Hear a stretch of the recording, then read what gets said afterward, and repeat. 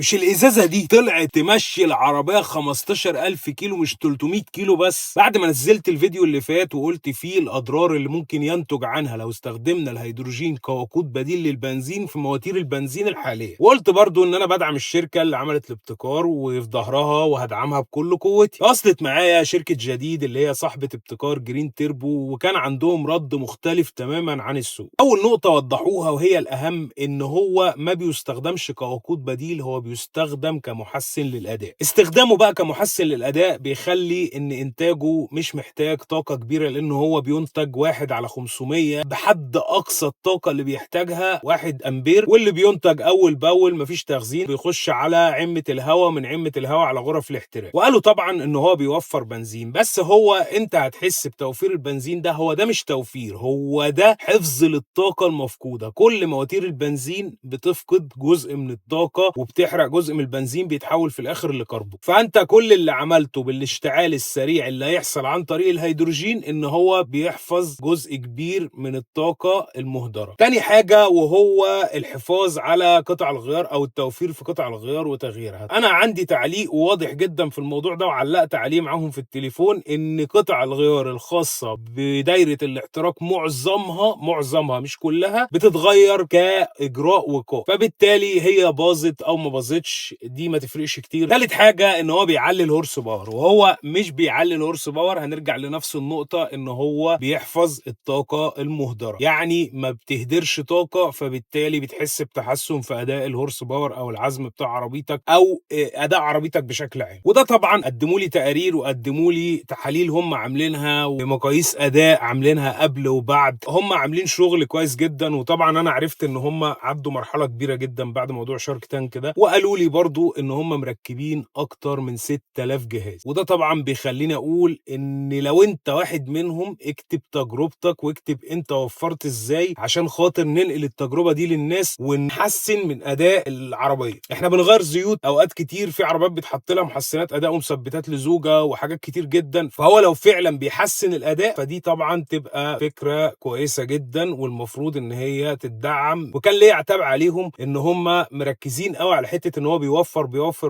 وما ذكروش قبل كده على الميديا إن هو محسّن أداء مش وقود بديل. وطبعًا أنا طلبت منهم إن أنا هاجرّب تجربة عملية، هاركّب الجهاز دوّة على العربيتين، هاركّب على العربية الجراند وهاركّب على العربية السبورتج. والسبورتج طبعًا خير دليل، لإن هي من أكتر العربيات اللي ليها ترسبات كربونية. مواتير الGDI ترسبات الكربونية عالية جدًا. فخلّينا نشوف والتجربة بالأرقام والعملي ونشوف بعينينا وهانقلها لكم بالضبط. سلام.